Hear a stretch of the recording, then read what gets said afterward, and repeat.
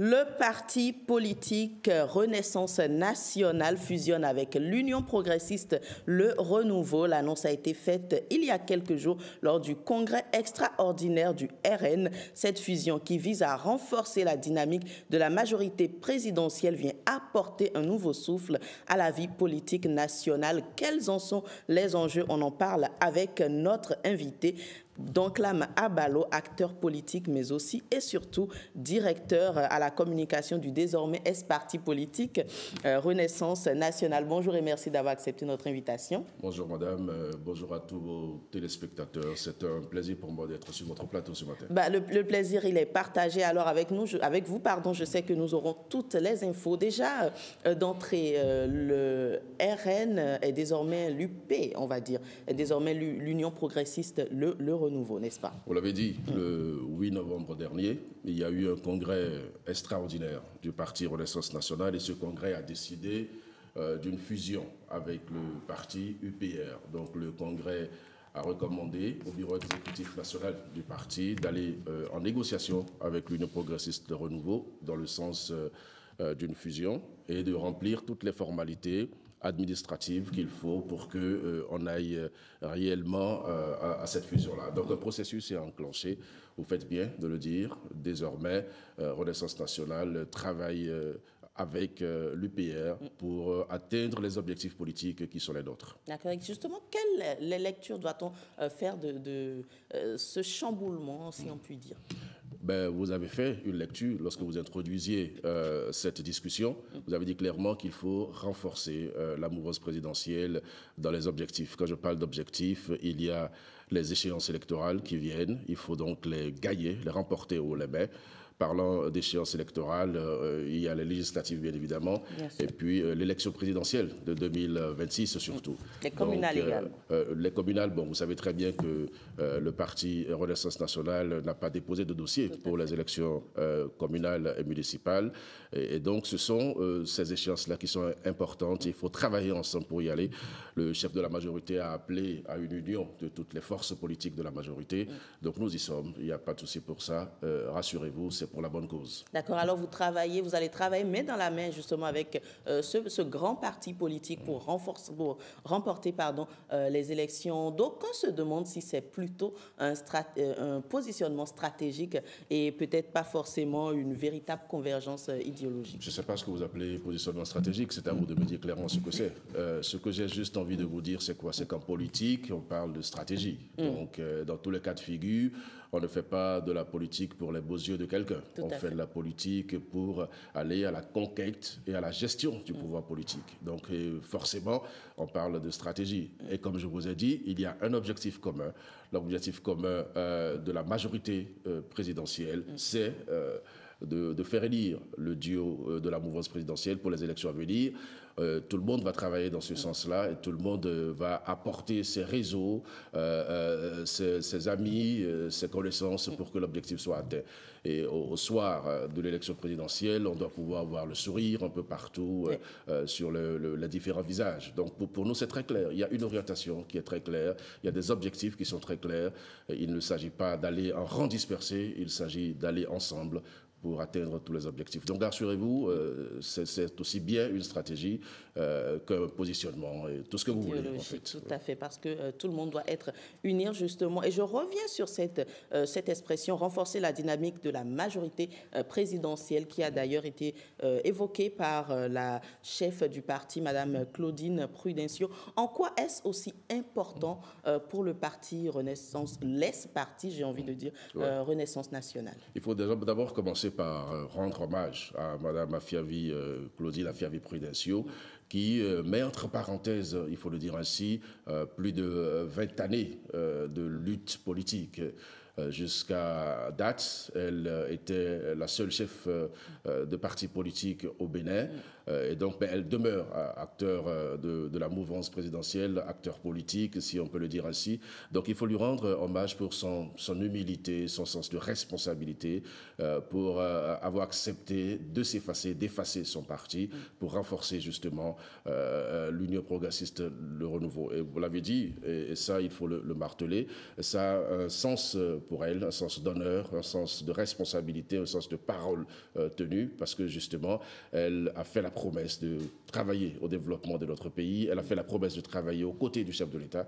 Et tant que la mouvance continue à aller dans le sens du développement du pays, elle est présente. Donc, elle s'efface pour que le Bénin triomphe. C'est important de le marteler. C'est tout le sens de cette fusion qui a été actée le 8 novembre dernier. Il faut le comprendre ici et ne pas le comprendre autrement. D'accord. Alors justement, derrière cette formule, il est important de retenir que le RN, l'ancien RN, désormais en collaboration avec l'UPR, travaille au développement. Et justement, certains également estiment que le RN ne fusionne pas, mais plutôt disparaît.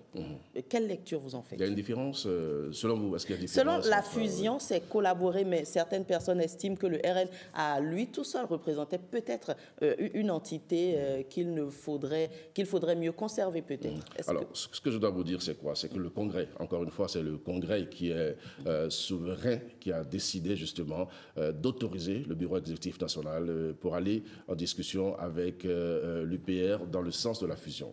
Donc la fusion pour nous, c'est disparaître pour que un plus grand ensemble politique puisse naître. Cela contraste avec ce qui avait été fait avec le bloc républicain, il faut le dire tout de suite, parce que là-bas, c'était un accord de partenariat, il n'y avait pas de fusion. Et donc un accord qui permettait que chaque entité puisse retrouver son indépendance lorsqu'elle ne se retrouvait pas dans les choix et les orientations. Donc ce n'est pas la même forme juridique que ce qui se fait actuellement avec l'UPR. Avec l'UPR, il s'agit bien d'une fusion, il s'agit bien de RN qui disparaît pour renaître, on peut le dire, dans l'UPR et pour fleurir à nouveau. Ce sont les termes que nous avons utilisés pour expliquer notre choix politique. Donc rassurez-vous, il n'y a pas de problème pour ça. RN disparaît effectivement au profit d'une entité beaucoup plus grande.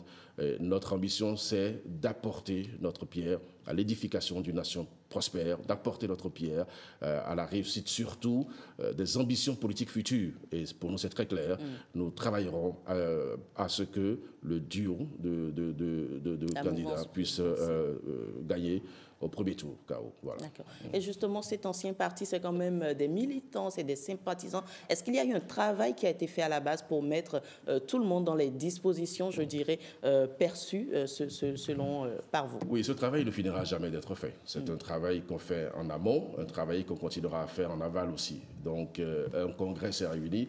Lorsqu'on est militant d'un parti politique et qu'un congrès se réunit avec des congressistes qui décident d'une orientation, cela s'impose à tous. Donc, même s'il y a des gens qui ne sont pas forcément contents, cela fait partie de la vie. Il faut maintenant les amener à mieux comprendre. Mais je dois vous rassurer pour dire que les militants de Renaissance nationale ont bien perçu l'importance stratégique de cette nouvelle orientation. Ils ont bien perçu l'importance de travailler à renforcer la majorité présidentielle. Ils ont perçu tout ce qui était à l'origine de cette décision et ils ont accepté. Vos confrères qui étaient là pourraient vous le confirmer. Ils ont accepté la nouvelle orientation, ils ont accepté la nouvelle donne et ils ont même pris l'engagement de travailler à mieux faire accepter cela aux uns et aux autres. Et je crois que le travail a commencé, il va se poursuivre et nous n'avons pas de crainte sur les résultats. Comme je vous l'ai dit, on entre en politique pour exister. On entre en politique, quand je dis exister, c'est politiquement. Donc prendre des responsabilités, contribuer au développement du pays. Les uns et les autres sont conscients de ça. Et partout où ils sont, les militants de RN sont fiers de cette orientation. Ils l'ont même dit pour ceux qui étaient présents au congrès extraordinaire à la présidente. Ils l'ont remercié pour sa ténacité, remercié pour son sens de responsabilité, son leadership. Ils l'ont remercié également pour tout ce qu'elle a fait jusque-là et qu'elle continuera à faire pour le rayonnement des uns des autres. D'accord. Alors, l'ancien RN et UPR se servent désormais les codes. En quoi, puisque les deux partis étant de la majorité présidentielle, en quoi cela peut apporter une autre force force, je dirais, à cette désormais entité? Mais c'est un renforcement, vous l'avez dit. Et en politique, nul n'est de trop. Chaque fois qu'on peut faire une addition pour aller de l'avant, c'était important de le faire. Et j'ai eu la chance de participer à toutes les tractations qui ont conduit à cela. Je peux vous dire que même au niveau de l'UPR, il y a une certaine satisfaction de voir RN venir. Il y a une certaine satisfaction de savoir qu'on peut désormais compter sur les cadres et militants de RN, sur les réseaux de RN et surtout ce que RN peut apporter. Donc pour nous, il y a pas du tout de problème par rapport à ça.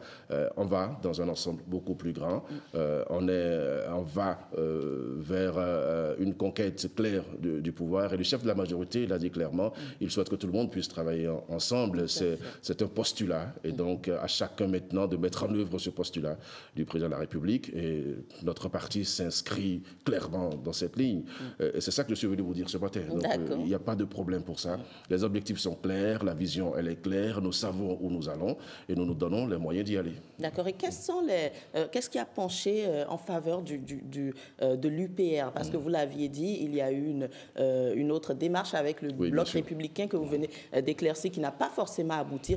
Pourquoi l'UPR? Pourquoi peut-être pas Moël Bénin? Oui, mais le scandale aura été qu'on fasse une fusion avec un parti de l'opposition. Tout à fait. Ça aura été cela le problème. Mais vous évoquez le cas de BR, ce que moi-même j'ai abordé tout à l'heure. Vous savez, vous êtes une femme. Vous vous êtes appelé à aller peut-être au mariage. Le mariage, c'est un accord de volonté. Et lorsqu'on parle de mariage, on parle de divorce. Donc, c'est ce qui s'est passé quand ça ne marche pas. Exactement, avec le BR. Donc, l'accord qu'il y avait, d'ailleurs, les textes de BR ne prévoyaient pas forcément une fusion. Et donc, quand ça n'a pas marché, chaque entité a retrouvé son indépendance. Mais ici, il ne s'agit pas de mariage, il s'agit de fusion. Donc il y a une différence sur la forme juridique de ce que nous avons pu faire avec les uns et les autres. Maintenant, Moël fait partie de la majorité. Donc, et d'ailleurs, la présidente du parti Renaissance nationale et le président de Moël sont tous deux ministres conseillers. Et donc se voient chaque fois autour de la table de décision. Donc il n'y a pas de fermeture. Au contraire, il y a une grande ouverture. Donc que ce soit UPR, BR, Moël, nous considérons que c'est la même majorité et donc pour nous, il n'y a pas de problème. Maintenant, on discute avec tout le monde, on discute toujours avec les responsables de Moël, puis c'est dans un creuset beaucoup plus large. Donc rassurez-vous, il n'y a pas ce type de discussion qui nous tire vers le bas. Il n'y a que l'option aujourd'hui a été d'aller avec l'UPR, de fusionner avec l'UPR. Clairement, les objectifs sont connus et nous vous rassurons que ça ne va pas se passer comme ça s'est passé avec le Bloc républicain. De toutes les façons, nous partons avec beaucoup de gages par rapport à ça. Et puis voilà, c'est ce que je peux vous répondre. D'accord. Tout à l'heure, vous avez amorcé la question du développement qui est en très bonne voie. Et vous le disiez vous-même lors de sa récente sortie médiatique, le chef de l'État prônait un paysage politique uni pour le développement, ce à quoi on voit déjà que les partis de la mouvance s'attellent. En quoi cela peut-il être un plus pour vous, les partis de la mouvance, de travailler à cet idéal-là? Oui, mais qu'est-ce que nous voulons tous dans le pays? Nous voulons que notre pays soit beaucoup plus visible. Nous voulons que notre pays puisse se développer. Et donc, tant qu'on peut boucher les trous de la jarre, il faut le faire. Tant qu'on peut avoir déjà dans l'esprit, dans la vision de faire avancer le pays, il faut le faire. Le chef de l'État a appelé à ce que tout le monde puisse travailler ensemble. Comme je l'ai dit, c'est un postulat, c'est une volonté qu'il a manifestée. Et puis, si tout le monde peut le faire, effectivement, ça peut être intéressant pour que ça soit le Bénin d'abord. Parce qu'après tout, le pays reste, le pays demeure. Nous allons tous passer, mais le pays demeure. Donc, sur votre question, madame, je veux vous rassurer que personne ne perd à travailler pour le développement de son pays. Et c'est cela que nous voulons faire dans cette grande majorité-là. Nous allons apporter notre contribution. Ça se faisait déjà, donc ça va se poursuivre. Nous n'avons pas de crainte sur la collaboration des uns des autres. C'est vrai que dans un groupe, il y a toujours des frictions, mais on travaille à aller au-delà de ça. On travaille à faire émerger un idéal. Et puis c'est un travail sans fin. Chaque jour qui passe, on travaille dans ce sens.